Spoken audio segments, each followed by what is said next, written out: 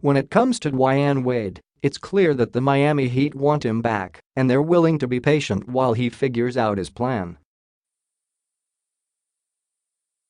What's unclear is this: how much they'll have to pay. Heat president Pat Riley said on Saturday, Manila time, that he will have talks with managing general partner Micky Arison in the coming days about Wade's future.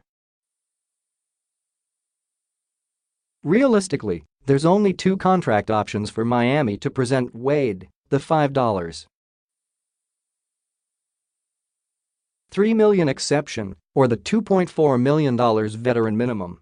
The potential luxury tax implications Miami could face next year would rise in either case, and that's what the Heat are trying to avoid. "That's the abyss that we all deal with in the NBA," Riley said. Riley said Miami has had talks with Wade and his agent Leon Rose over the summer, though no real detail about those conversations has been revealed by either side. Wade said at the end of last season that he wasn't certain about playing for a 16th NBA season in 2018-19 and hasn't offered anything in the way of an update since.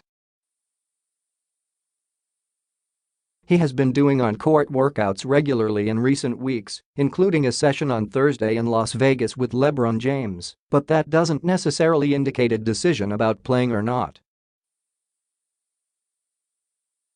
"I think it's best that we give him some more time," Riley said. Wade left Miami for Chicago in 2016, spent one season with the Bulls, began last season in Cleveland, and then was traded back to the Heat in February.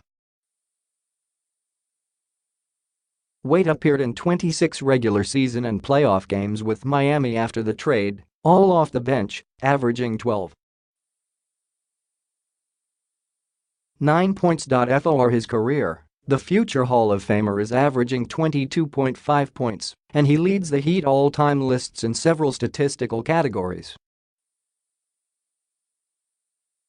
"I want him back as a player," Riley said. "I want him back as a competitor. I want him back as a guy who wants to have the greatest year he ever had as a player." "I read more articles about Dwyane being done. He's lost a step, he's not the same player, he might not have the same motivation. But I still see a player who can contribute heavily if he really wants to. The same weight and see approach is being utilized with fellow Heat's veteran Udonis Haslem, who also is weighing whether to return for a 16th season. Haslem has spent his entire career in Miami, and he and Wade are the only Heat players to be part of all three of the franchise's championship seasons. Both players are being respected to the utmost because of their history with us," Riley said. "I'm sure they're sitting down thinking about what they want to do and how it's going to impact the rest of their lives. I do believe, and I hope, that by the middle of August, that we'll probably have a decision on both players." Riley also insisted that the Heat were not widely shopping center Hassan Whiteside in trades this summer, though he said Whiteside has a lot of work to do.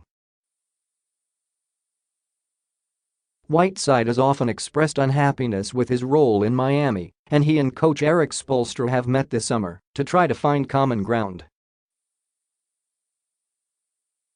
"Stuff happens. Things are said. Players are frustrated. This isn't anything new," Riley said.